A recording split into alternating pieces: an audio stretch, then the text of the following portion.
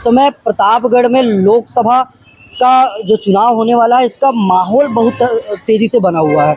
आपको क्या माहौल नजर आ रहा है इस बार? किसकी बन सकती है सरकार या कौन बन सकता है यहाँ से अगला सांसद? यहाँ पे वर्तमान सांसद श्रीमान संगम लाल गुप्ता जी का कार्यकाल बहुत ही सराहनीय रहा है जी।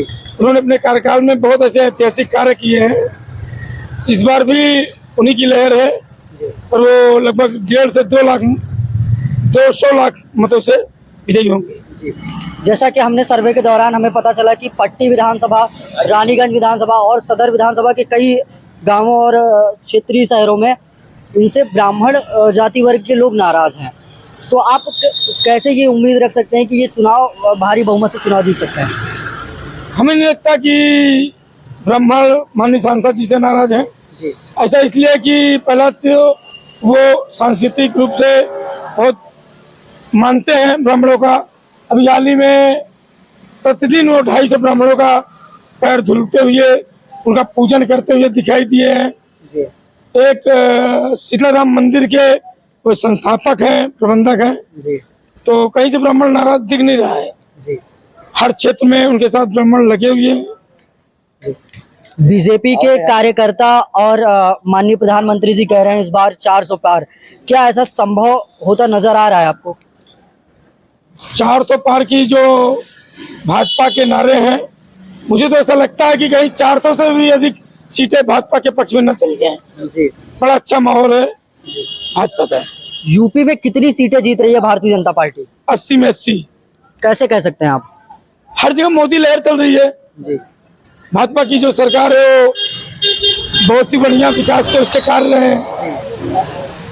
इन्होंने राम मंदिर बनवाया। इन्होंने 2019 में इन्होंने वादा किया था कि हम राम मंदिर बनाएंगे जब सत्ता में आएंगे। तो राम मंदिर का प्रभाव इस चुनाव पर कितना पड़ने वाला है? अत्यधिक मात्रा में उसका असर दिख रहा है।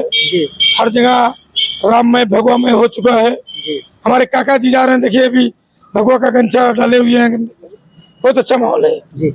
राम मंदिर बनवाने के बाद बीजेपी के खाते में कुछ सीटें बढ़ती हुई आपको नजर आ रही हैं? बिल्कुल, इसीलिए हम लोग 400 पार किए हैं। अगर हम बात करें विपक्ष की, तो इंडिया गठबंधन, सपा और कांग्रेस का गठबंधन है। उनके प्रत्याशी हैं एसपी सिंह पटेल जी।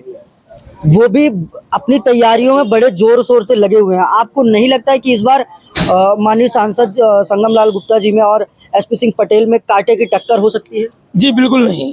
ऐसा इसलिए कि पहला चीज तो एसपी सिंह पटेल बाहरी प्रत्याशी हैं जी, और हमारे यहाँ पैराशूट प्रत्याशी को कहीं कोई लाइक मिलती नहीं है जी। इसके पूर्व में भी सदर विधानसभा से कृष्णा पटेल जी आई थी जी। और वो राजेंद्र मौर्य से अत्यधिक मात्रा में हारी थी जी।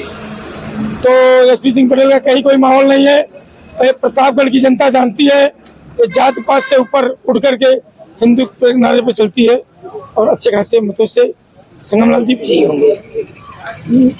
यहीं अगर बात करें बसपा की, तो बसपा ने अपना ब्राह्मण कार्ड खेला हुआ है, अपना ब्राह्मण प्रत्याशी जो है चुनाव मैदान में उतारा है। तो आपको नहीं लगता है कि कहीं ना कहीं संगम लाल गुप्ता जी की मुश्किलें चुनाव में बढ़ती हुई नजर आ रही हैं? क्योंकि ब्राह्मण अगर बसपा में चले गए तो फिर क्या होगा? ब्राह्मण बसपा में नहीं जाएगा।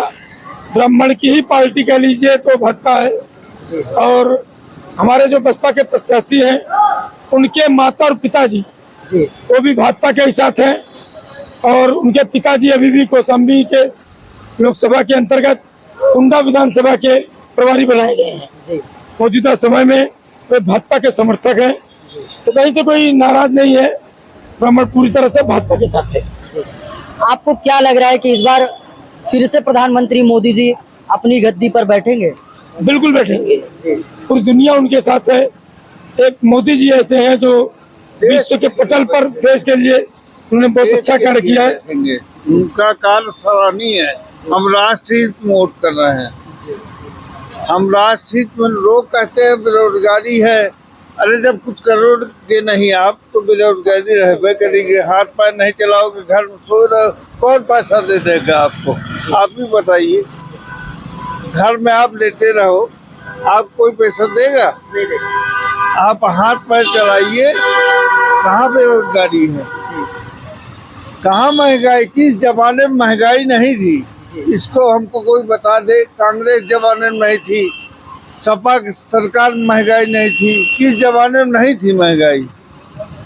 कोई एक जगह बताइए इस सरकार में महंगाई नहीं थी, आप ही बता दीजिए। हम लोग मोदी जी को वोट दे रहे हैं, पूर्ण बहुमत सरकार आएगी हमारी।